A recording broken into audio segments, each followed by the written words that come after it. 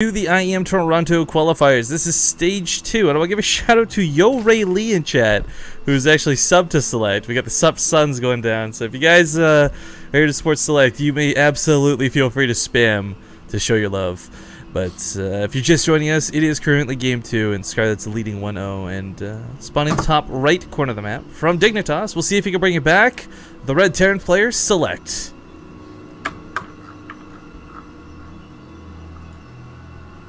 Wait, am I doing the other one? Yes. Dude, this isn't the first time you've cast with me. I hate you. Oh my god, I thought if... Okay, because most people who say that, they keep going. Alright.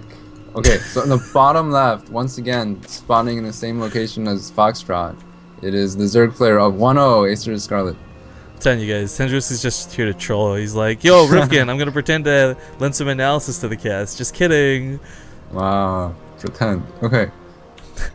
No, this is this game... Oh. Alright, you go ahead.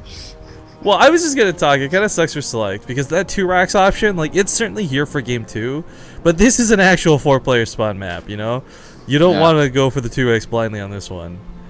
That's why he's going for the Reaper Expand, which is pretty much the most common opener nowadays in ZVT.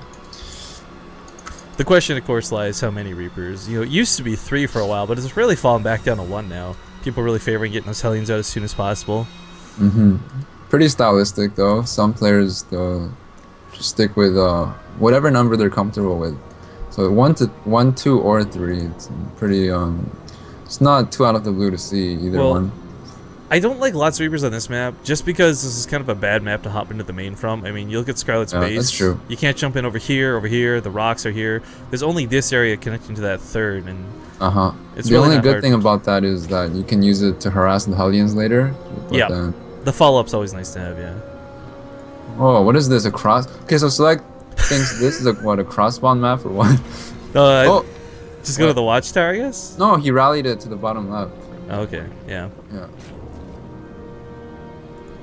Man, I feel like SelecT is just dazed and confused right now. Like, the reason he was late was because someone had knocked him unconscious and he woke up and was like, oh, I gotta play IEM.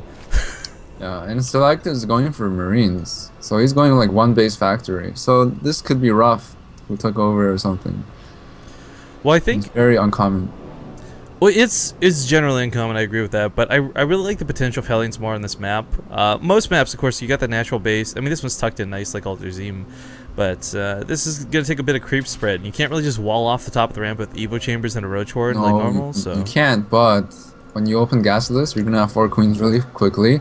And I'm pretty sure Scarlett's just gonna creep spread near the edge and can block off in time if you have Overlord vision of such fast Hellions. And all you need is 2 queens on the ramp, and the Hellions can't run in. So right, but I'm basing this off the idea that your Hendrilisk, that SelecT didn't know this prior to like making that first Marine, right? Like that SCV hadn't been in there yet. He didn't know it was a gasless opener. Yeah, he didn't. The logic of trying to get those Hellions it's not bad. It's just not gonna work. Is the problem. So he gets his Hellions, let's say, like 20 or 30 seconds faster than normal, but then without the Reaper, he can't check for 3rd base, or if there's going to be an all-in coming, which the Reaper allows you to. It's just, with 2 Marines, you might be able to snipe off an Overlord. Unfortunate for SelecT, he didn't find any. Yeah, Scott did actually take some odd Overlord pathing on this map, so had it been like 1 down the middle, maybe he would have caught one, but not the case. It's kind of interesting though. You talk about the Reapers for the Hellion follow-up. There's some Hellbat pushes too that are involving these awkward amounts of Marines getting mixed in too. Oh yeah, Marines are so strong in the back when all the Zerg units are shooting at Hellbats. I like his control. I mean, here's the thing about SelecT. We can't, last game his control was actually pretty good. It was just that map I really feel played against him. On this one, I don't know if I can't say whether he's more comfortable or not on this map, but I think if he is, we're going to see a much better show out of him at least. I mean, a lot of that last game, guys, before anyone writes off SelecT, I mean, it just comes down to him really, I feel, not knowing the map so well.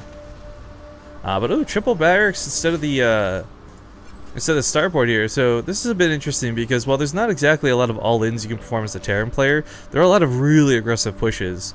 And Bunny, recent foreign hope, was actually doing some moves like this a few months ago. So really curious to see how this pans out. Okay, so opener-wise, Scarlett was able to take a 3rd without getting Zergling speed. And that's really good because when you open Reapers, it's really hard to take a 3rd base versus Reaper into Hellion.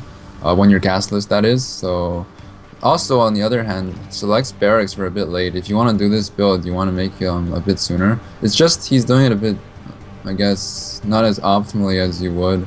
Because I remember I played Master once and he makes his barracks, let's say 20 or 30 seconds sooner.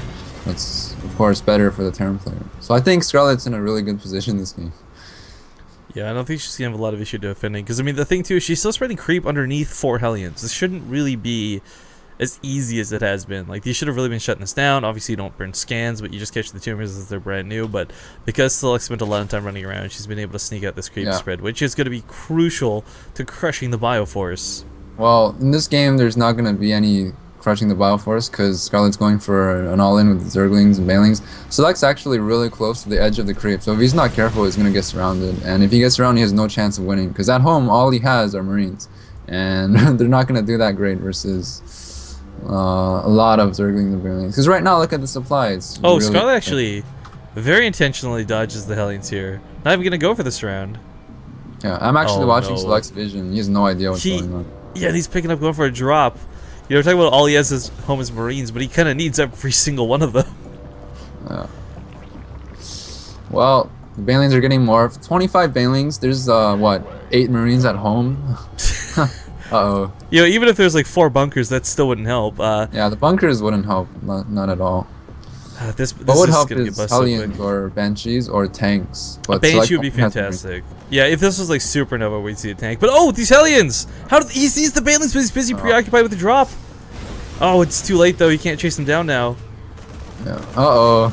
Decent focus fire, but yeah, he's gonna split his Marines here. Watch. Oh my God! No, he's just gonna micro like a bus. Okay, so usually when you do a Baneling bus, you want your Zerglings with the Banelings. But the Zerglings are now showing up. It's just.